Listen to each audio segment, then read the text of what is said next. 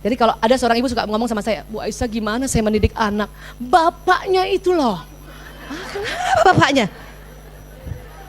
Bapaknya nggak sholat, susah sholat, galak kasar ngomongnya.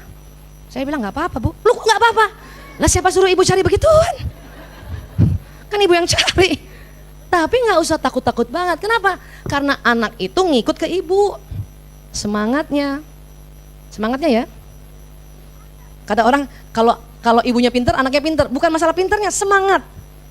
Semangat apa? Semangat belajar. Kalau ibu semangat belajar, anaknya semangat belajar. Ibu semangat nyambungin otak, anaknya juga semangat nyambungin otak. Tapi ingat, teori belajar bukan cuma baca buku loh. Ingat ya Bu, ada anak belajar cuma dengar begini nih.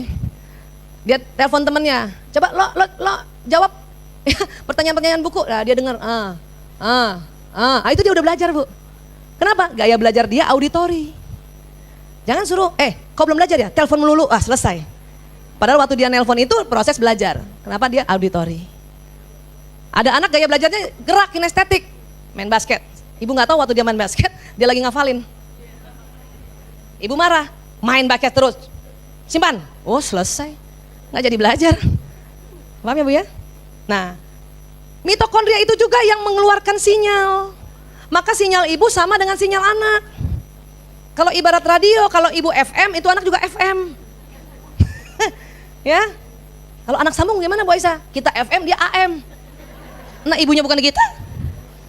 Ya, kita 88,5 frekuensinya FM, anak juga 88,5. Maka Bu, ya doa ibu, niat ibu, prasangka ibu itu kenceng banget sampai ke anak. Kan asik Bu. Anak ada di bawah kendali kita. Bukan bapaknya. Tapi kalau ongkos bapaknya. Dan Islam sangat adil. Sinyal datangnya dari ibu, tapi waktu kita mendoakan harus sebut nama bapaknya. Adil kan? Ya Allah, saya kirimkan ini pada anakku ya Allah, Lanang bin Priyanto Sismadi. Harus sebut nama suami kita Bu. Tapi sinyalnya dari kita Bu. Adil kan? Adil. Sampai sini bisa paham ya Bu?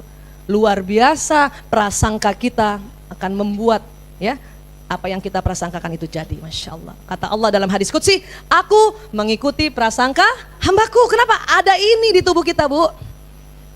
Ya. Jadi sekali lagi Bu, pada saat ibu ya memikirkan sesuatu, tiba-tiba ibu kepikirannya buruk, segera delete, bersihkan dengan istighfar, astagfirullahaladzim ya Allah. Langsung counter dengan prasangka baik. Bisa begitu ya Bu? Kalau prasangka ini mau diangkat menjadi doa, angkat tangan. Kalau ibu tidak angkat, itu masih prasangka atau niatan. Untuk menjadi doa, ibu angkat tangan. Itu bedanya. Kenapa Bu Aisyah? Karena kalau angkat tangan, sinyalnya akan jauh lebih panjang, lebih dahsyat. Ya Bu? Ibu lagi duduk-duduk. Ya, anaknya lagi camping. Musim hujan. Tiba-tiba ibu kepikiran, aduh ntar kepleset tuh. Ya, kalau ibu terus-terusan ngomong begitu bisa kepleset betulan. Tapi karena ada ya loncatan pikiran seperti itu, ibu juga harus menerima dulu. Astagfirullahaladzim ya Allah, astagfirullahaladzim ya Allah. Untuk membedakan apakah ini hayalan ibu atau itu firasat. Ya, langsung astagfirullahaladzim ya Allah, bismillahirrahmanirrahim. Ya Allah, apabila ini firasat ya Allah, Engkau maha melindungi. Jadi kalau ada pikiran gitu nggak boleh didiem-diemin ya Bu. Terkadang itu firasat. Kenapa? Ya anak sama kita mau apa yang terjadi kita udah kena duluan Bu. Jadi kan misalnya lagi nonton tiba-tiba ibu yang ngelihat anak jatuh, ibu gini, alah itu kan cuma pikiran buruk aja. Ibu, kita belum ahli membedakan ini pikiran buruk atau ini firasat.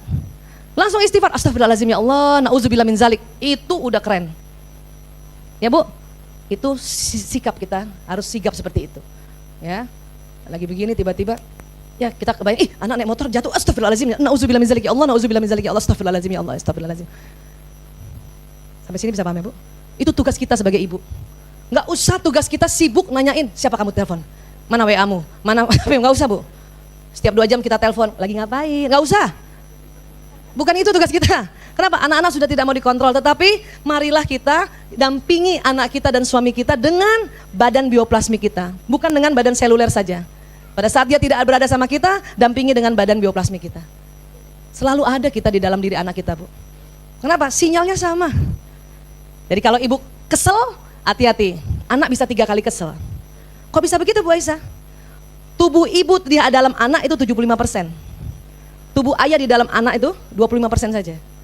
75 dengan 25 berapa kali, Bu? 3 kali. Maka salah satu hikmah mengapa Rasulullah mengatakan pada saat sahabat bilang, ya Rasulullah, siapa yang harus saya hormati? Orang tuaku siapa, Bu? 2, 3, 75% nggak? Jadi kalau ibu sedih kelamaan, tidak cepat-cepat ibu redesignin ulang lagi, anak 3 kali sedih. Ibu marah, dia 3 kali marah. Ibu senang, 3 kali senang. Suami kita juga gitu. Kalau ibunya senang, dia 3 kali senang. Siapa masih punya ibu mertua? Bikin senang beliau. Walaupun gak cocok, bikin senang. Supaya suami kita 3 kali senang. Oke ya?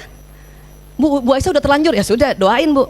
Jangan salah ya, ruh seorang ibu tetap jagain anaknya. Ruh seorang ibu tetap jagain anaknya, walau alam bisawab. Contoh ya, adik saya, mungkin ibu tahu ya bahwa salah satu adik saya kena narkoba ya. Pada suatu ketika dia ditangkap polisi, dia dipukulin, tapi dia nggak rasa sakit. Tahu-tahu dia sudah berdarah saja sama giginya tanggal. Waktu saya tanya, kamu sakit? Enggak tuh, nggak rasa.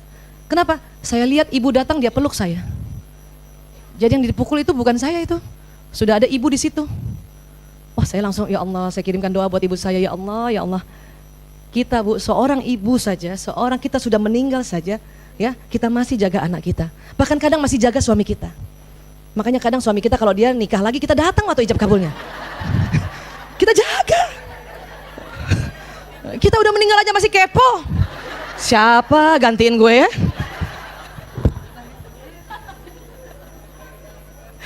Habis ibu tegang banget bukannya. Ya, baik.